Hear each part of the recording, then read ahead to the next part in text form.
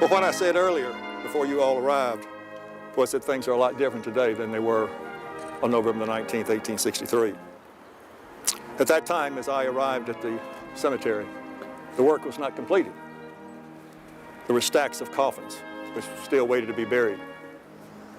And not only that, in the distance you could see skeletons of horses which were still laying out there because the men had to be taken care of before the horses could be disposed of.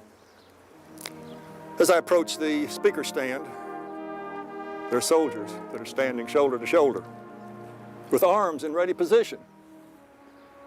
I just don't like that, but my life has been threatened, and more so since I signed the Emancipation Proclamation at the beginning of this year. And I yield to their wishes for the protection that they feel that I need.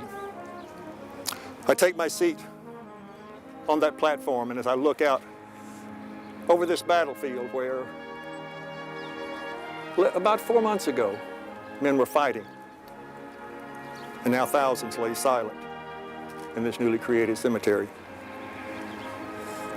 I feel my heart will break. Mr. Everett, who has been selected to give the main address, he delivers that address, all 2 hours of it, an eloquent speech without notes of any kind. Then I hear the applause that signals the close of his speech, and I feel a heavy sense of awe and responsibility and inadequacy, because these few words that I have to say can in no way honor these men or thank this nation or their families enough for the sacrifices that have been made. I approach the center of the podium and deliver this short 10 sentences or so that I had prepared. 7 years ago, our fathers brought forth on this continent a new nation, conceived in liberty and dedicated to the proposition that all men are created equal. Now we're engaged in a great civil war, testing whether that nation or any nation so conceived and so dedicated can long endure. We are met on a great battlefield of that war, and we have come here to dedicate a portion of that field as a final resting place to those who here gave their lives that that nation might live. It is altogether fitting and proper that we should do this, but in a larger sense, we cannot dedicate and we cannot consecrate. We cannot hallow this ground.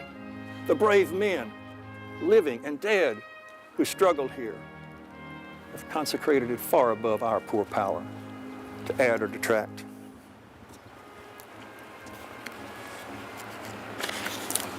The world will little note nor long remember what we say here, but it cannot forget what they did here. It is for us, the living rather, to be dedicated here to the unfinished work which they who fought here have thus far so nobly advanced. It is for us rather to be dedicated here to the great task remaining before us, that from these honored dead we take increased devotion to that cause for which they gave the last full measure of devotion.